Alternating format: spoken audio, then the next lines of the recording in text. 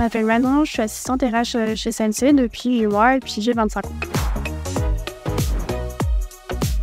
J'ai un parcours qu'on peut qualifier d'un petit peu atypique, qui n'est pas forcément le parcours type qu'on peut retrouver pour être assistante RH au sein d'une entreprise. J'ai fait 3 années post-bac dans le commerce et le marketing. Plus précisément, j'ai fait un BTS management des unités commerciales. Ensuite, un bachelor en marketing, commerce et négociation pour enfin bifurquer sur un master en ressources humaines. Pourquoi ce choix? C'est pour la partie droit du travail. Je me suis rendu compte que j'aimais énormément le droit du travail, la partie administrative, mais que j'avais quand même besoin de retrouver dans mon futur job le côté humain et relationnel. Donc pour moi, ça a fut comme une évidence de bifurquer en ressources humaines. Journée type, on n'en a pas forcément. En règle générale, j'ai quand même une petite partie le matin où j'arrive, je vais checker mes mails et puis après, je vais faire par ordre de priorité. Je vais essayer de prendre ce qui est le plus important et le traiter directement. C'est vrai qu'on peut avoir des fois des éléments qu'on ne peut pas gérer, qu'on doit faire avec, qui chamboulent tout l'emploi du temps. Ce qu'on va retrouver sur un poste d'assistante ressources humaines principalement, c'est que pour le coup, j'accompagne les collaborateurs, que ça soit de leur entrée jusqu'à leur sortie, sur la partie administrative. Donc ça va passer par la promesse d'embauche, tout ce qui va être déclaration préalable à l'embauche, le contrat, des futurs ou éventuels avenants. On va avoir tout ce qui va être affiliation à la mutuelle, l'organisation et la planification des listes médicales. Et on va avoir aussi un peu de paye. Globalement, on a surtout en fait la partie variable de paye à gérer. Après, on va retrouver également tout ce qui est GPEC, donc gestion des emplois et des compétences des collaborateurs. Donc c'est essayer de mettre en place des formations pour les collaborateurs en fonction des besoins de l'entreprise et pour maintenir leur employabilité sur leur poste. J'ai un poste qui est assez relié à la responsable RH. Je suis un peu son bras droit, on va dire. C'est plein de petits projets comme des gros projets sur lesquels elle va demander mon aide et puis je vais l'assister. C'est une chance qui est quand même assez énorme parce qu'on est un petit pôle, on est seulement 3. Il y a Ryan qui est chargé de recrutement, il y a Sarah qui est responsable RH et moi qui est assistante RH. En fonction de la taille de la structure de l'entreprise, on va retrouver des postes qui sont complètement différents. Là, on est une entreprise qui a la taille humaine, donc c'est des personnes qui vont toucher un petit peu à tout dans le pôle.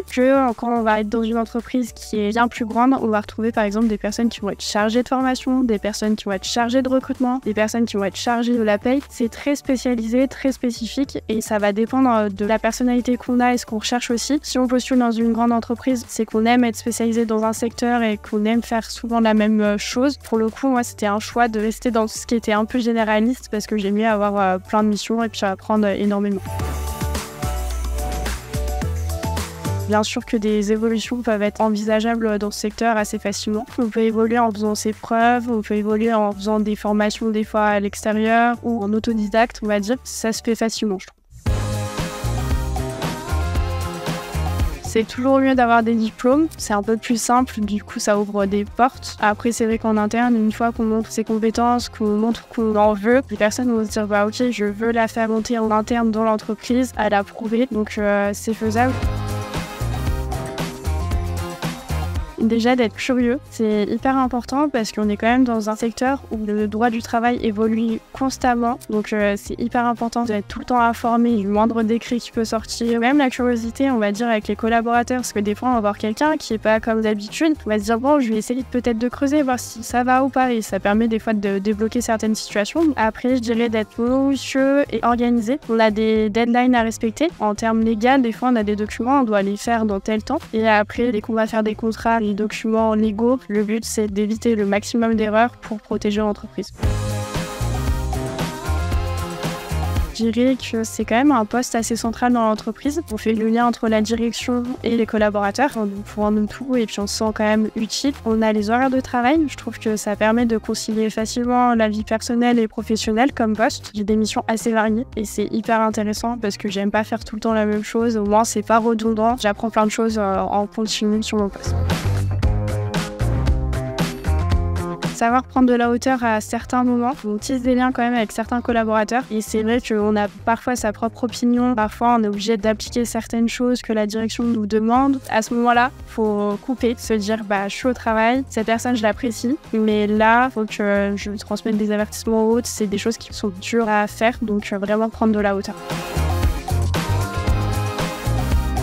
Du droit du travail qui était hyper important quand même à avoir, les bases selon moi, donc tout ce qui va être horaire de travail, il n'y a pas à dépasser, le nombre d'heures que tu peux faire dans une journée, c'est des compétences assez importantes à avoir, mais globalement on apprend bien plus sur le terrain.